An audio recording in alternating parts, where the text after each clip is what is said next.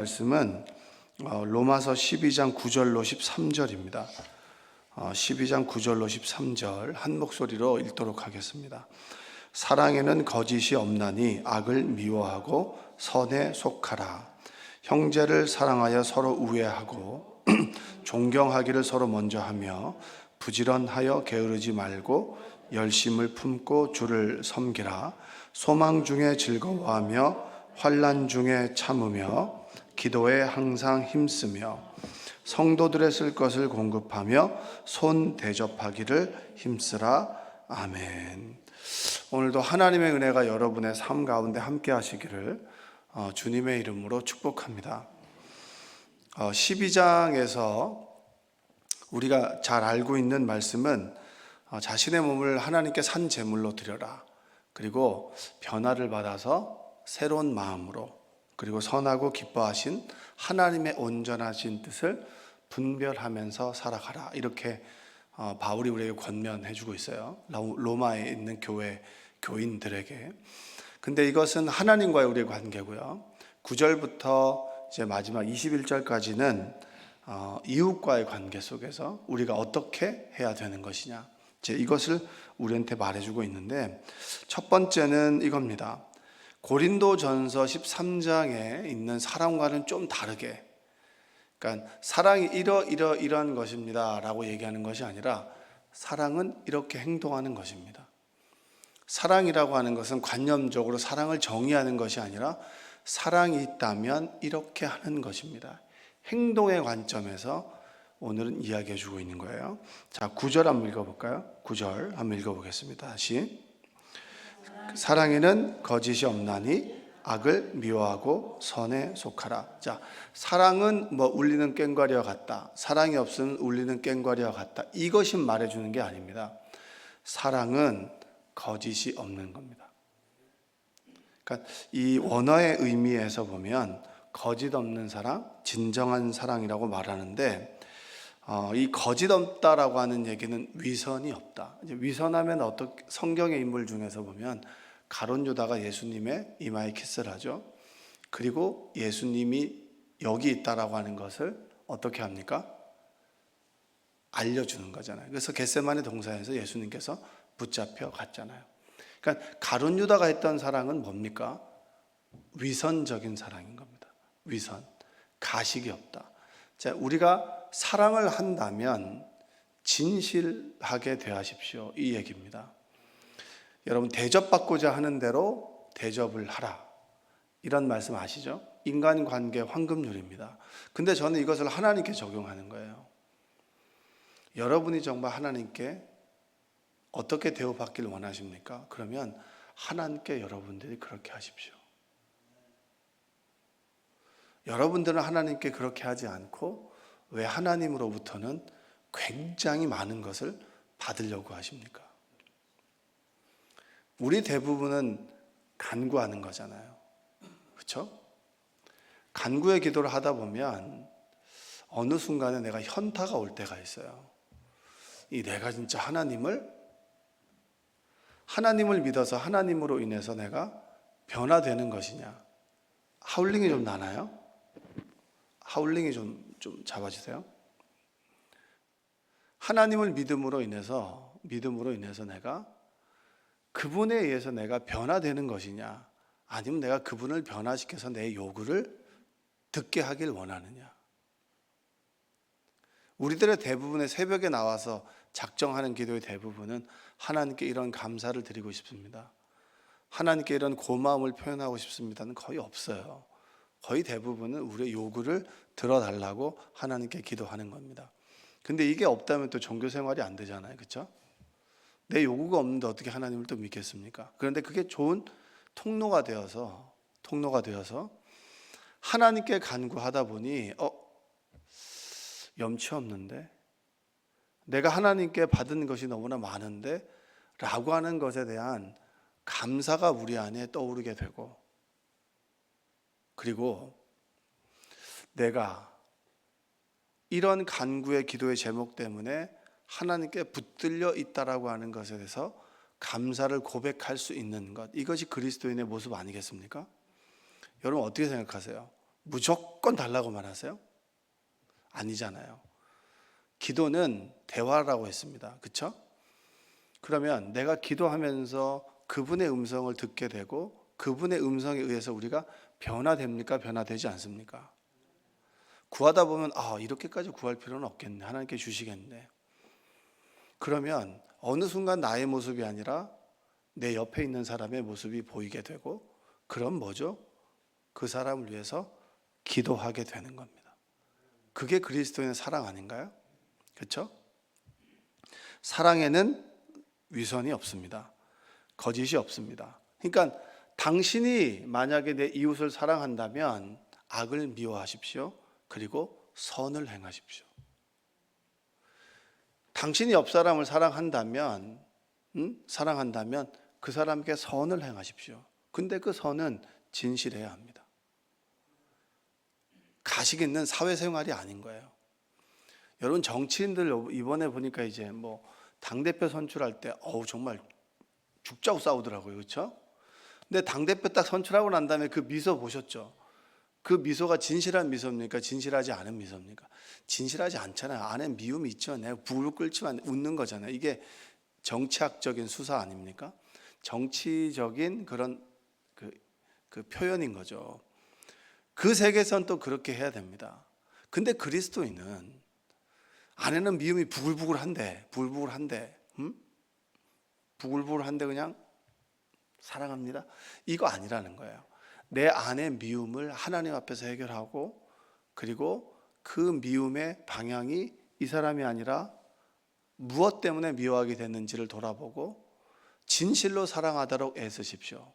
선을 행하십시오. 이것이 바로 그리스도인의 사랑입니다. 여러분들, 사랑하는 여러분들 되시기 바랍니다. 근데 우리가 정말 사랑하기에 가장 어려운 곳이 어디입니까? 교회예요, 교회. 사회는 안 보면 그만이거든요.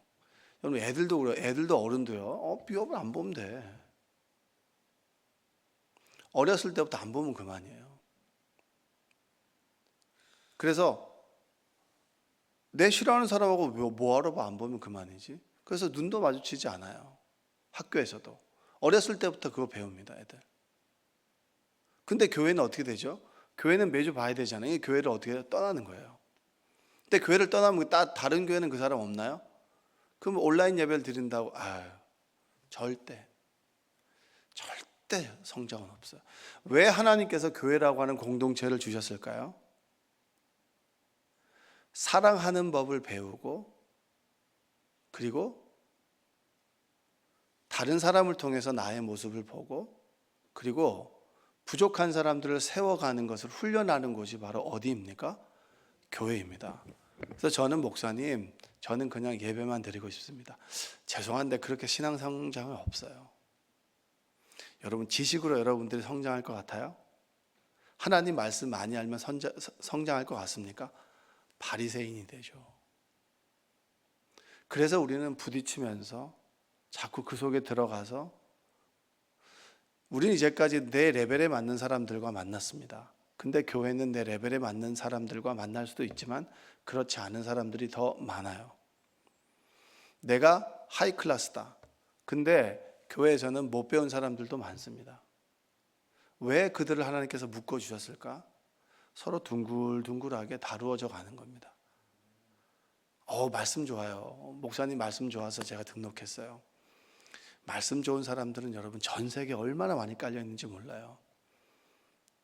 그런데 그 말씀이 나에게 자극이 되고, 그 말씀을 가지고 서로 부대끼면서 다루어져 가고, 그리고 그리스도의 성품으로 닮아가는 성화의 삶을 살아가는 런닝메이트가 바로 우리 교우들입니다. 그래서 교회에서 공동체 안에서 신앙생활을 해야 되는 것이지, 홀로 신앙생활할 절대 성장 없어요. 로마 교회 공동체에 주시는 말씀이 로마서입니다. 내 개인에게 주시는 말씀이 아니에요. 공동체에서 적용하며 살아가는 말씀이 바로 로마서의 말씀이에요. 그래서 선을 행하되 진실하십시오. 악을 미워하시고 선을 도모하십시오. 이게 바로 9절이잖아요. 10절 볼까요? 형제를 사랑하여 서로 우애하고 존경하기를 서로 먼저 하며. 여기서 형제는 피부치입니다. 피부치. 그냥 형제님 사랑합니다, 자매님 사랑합니다, 그거 아니고요. 괜히 보고 형제님 자매님 평소에 쓰지도 않는 말 그런 거 쓰면서 그냥 거룩한 척 그런 거 하지 말고, 형제 자매라고 하는 것은 내 형, 내 누나, 내 동생, 피부치, 피부치처럼 사랑하십시오. 그리고 서로 우애하고 존경하기를 서로 먼저 하십시오. 여러분 존경 받고 싶으세요? 존경하고 싶으세요? 에이, 존경 받고 싶으시면서 뭘 또 하고 싶으시다 그래요. 칭찬 받고 싶으세요? 칭찬하고 싶으세요? 우리는 먼저 받고 싶잖아요. 받아야 나오지 이렇게 얘기하잖아. 근데 먼저 하라는 거예요. 교회 보면 여러분, 보이지 않는 곳에서 굳은 일 하는 분들이 많이 있습니다. 존경스럽죠. 교회 일을 하다 보면 정말 존경스러운 분들이 참 많이 있습니다. 목회자이지만 저보다 믿음이 더 좋다, 저런 모습은 정말 닮아야겠다 라고 생각되는 분들이 참 많이 있습니다. 항상 자기 자리에서 땀 흘려가면서 정말 굳은 일을 감당하시는 분들이 많아요. 교회가 뭐 이렇게 고장 나면 부탁하면 정말 자신의 시간을 내서 소리 소문 없이 그냥 고치고 가는 분도 있고요. 늘 청소하는 분도 있고, 그리고 자신의 삶의 자리, 하나님과의 만남의 자리라고 마이 플레이스라고 정해놨는데 정해놓은 곳에서 예배하듯이 청소하고 그렇게 굳은 일 감당하는 사람도 있어요. 물론 여러분 한 달 했다가 안 하는 사람도 있어요. 그러나 하다 안 하다 하더라도 뭔가를 계속 시도하는 분들은 그래도 고마운 분들이죠. 그렇죠? 그렇게 하면서 뭐죠? 서로 굳은 일을 감당하는 사람들을 먼저 존경하십시오. 그러면 존경받게 됩니다. 이 얘기예요. 피부치처럼, 여러분 피부치는 마음에 안 든다 호적에 파버리나요? 어떻게 되나요? 보면은 이게 모녀간에 정말 재밌더라고요. 모녀간은 정말 막 싸워요. 싸우는데 어느 날 보면 또 손잡고 백화점에 쇼핑하고 맛있는 거 먹고 막 둘이 여행 가고 막 이러더라고요. 절대 마음에 안 든다고 헤어지지 않잖아요. 근데 교회에서 누가 마음에 안 든다, 나 교회를 떠나야지, 이런 경우 이렇게 나 이 교회 안 다, 이렇게 말하는 경우들이 많아요. 이제까지 보면 그게 아니라 나를 만나게 해주신 내 피부치처럼 사랑하려고 애쓰십시오. 바울의 권면이에요. 하나님께서 이곳에 불러주셨다면 이곳에서 가라고 할 때까지, 하나님께서 나에게 주시는 메시지가 있을 때까지, 그때까지. 우리 목사님 늘 말씀하시잖아요. 내가 저분 장례 치를 거다, 장례식에서 함께 만날 사람이다 라고 생각하고 대하라고. 저도 그렇게 대합니다. 내 장례에 오실 분들 여기 몇 분 안 계십니다. 그래도 내가 그분의 장례, 그분의 대소사에 또 그분을 위해서 기도하고, 그런 관계로 사랑하십시오. 그래서 바로 형제를 사랑하여 서로 우애하고 먼저 존경하십시오. 존경을 먼저 받길 원하세요? 하길 원하세요? 하란 말이에요. 먼저 하십시오. 자, 11절 볼까요? 부지런하여 게으르지 말고 열심을 품고 주를 섬기라.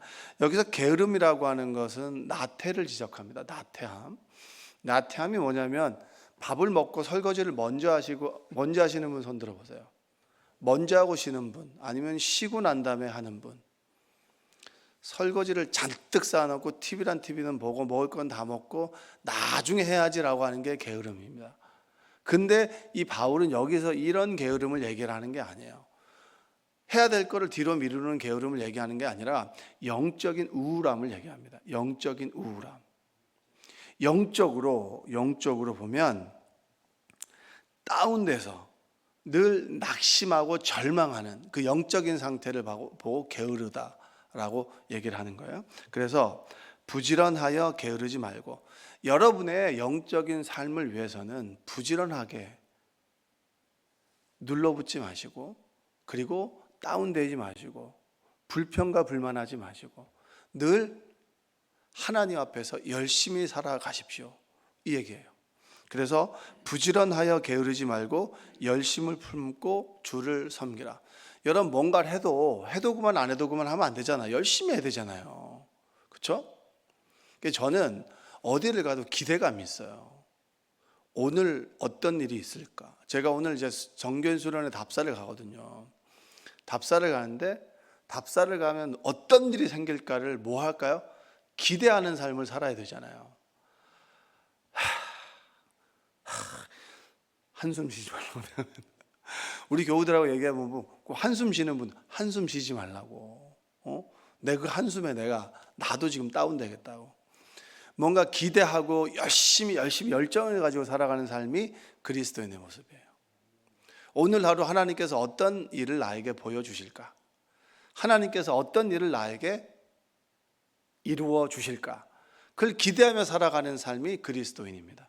그래서 부지런하여 게으르지 말고 열심을 품고 뭐하라고? 주를 섬기라. 주를 섬기라. 갑자기 이웃과의 관계 속에서 주를 섬긴다라고 하니 하나님을 섬기던 것만큼 내 이웃을 지극히 작은 자에게 한 것이 나에게 한 것이라고 했잖아요. 주님을 섬기듯이 내 옆에 있는 사람을 섬기십시오.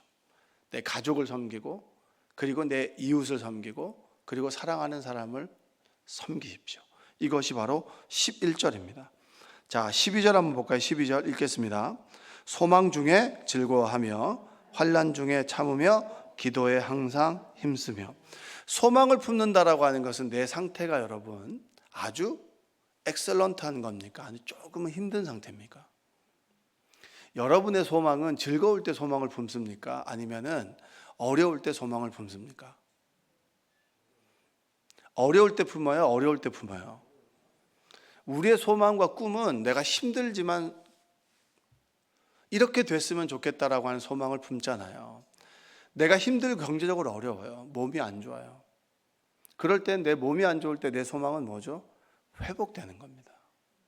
자녀 간의 관계가 좋지 않고 자녀의 어떤 그 어려움 가운데 있다면 자녀가 잘 되는 것이 나의 소망 아니겠습니까? 관계가 틀어지면 관계가 좋아지는 것이 소망 아니겠습니까? 안 좋아지는 상태에서 우리는 뭡니까? 소망을 품습니다. 소망 중에서 이루어질 것을 믿고 뭘 하는 거죠? 즐겁게 살아가는 거죠. 아이고 이거 돼야 되는데 노심초사하는 삶이 아니라 하나님께서 주시는 소망. 제가 어제도 말씀드렸는데 저는 늘 일어나자마자 고백합니다. 여리고성을 무너뜨린 하나님을 저는 믿습니다. 불기둥과 구름기둥으로 인도하신 하나님을 믿습니다. 죽은 나사로를 살리신 하나님을 믿습니다.